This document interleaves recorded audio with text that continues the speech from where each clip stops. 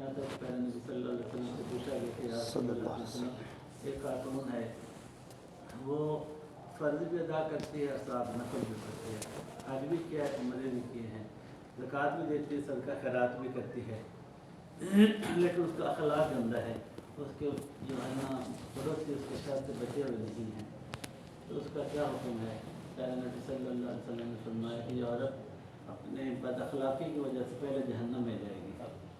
اس کے بعد پھر اللہ پاک فضل کا معاملہ قبول ہے۔ پھر پوچھا یا رسول اللہ علیہ وسلم ایک اور خاتون ہے وہ صرف فرض پورے کرتی ہے، فرضی نماز پڑھ لی، فرضی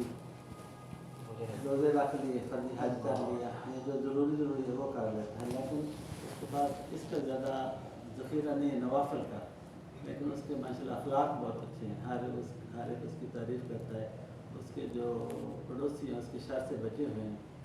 اس کا کیا حق ہے، اس کا کیا حکم ہے؟ پیارے نبی صلی اللہ علیہ وسلم نے فرمایا یہ خاتون سیدھی جنت میں جائیں گی۔ یعنی حقوق اللہ اور اس سے بڑھ کے حقوق العباد۔ ہمارے دوست پروفیسر اسرار صاحب فیصل آباد ضلع یونیورسٹی میں ہوتے ہیں، کہتے ہیں میں ایک جگہ تعزیت کے لیے گیا تو یہاں پہ بیٹھے تھے، میاں صاحب کہنے لگے میں جو روزانہ 1000 روز کوشش نہیں پڑھنا، نہ بندہ بیٹھا ہونا کہنے دے کھلے بھی میرے 3 مرلے آئے ہیں وہ تو مہربانی کر کے چھڑوا دے، انہیں کہ تم میں سے دین نکال کر دے تو دنیا کو دونوں ماری جانا، انہیں کہ دنیا نہیں ہے میرا حق ہے گئی، یعنی حقوق العباد پہلے ہیں، حقوق العباد پہلے، اور والدین کے بارے میں فرمایا کہ ان کا حق جو سب سے پہلے ہے،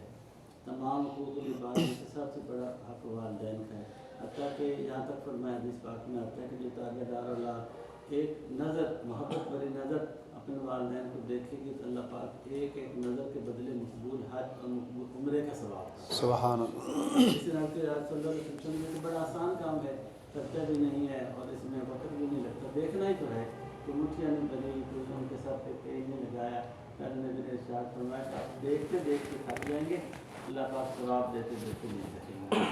100 بار بھی روزانہ دیکھو گے تو اللہ 100 مقبول حج اور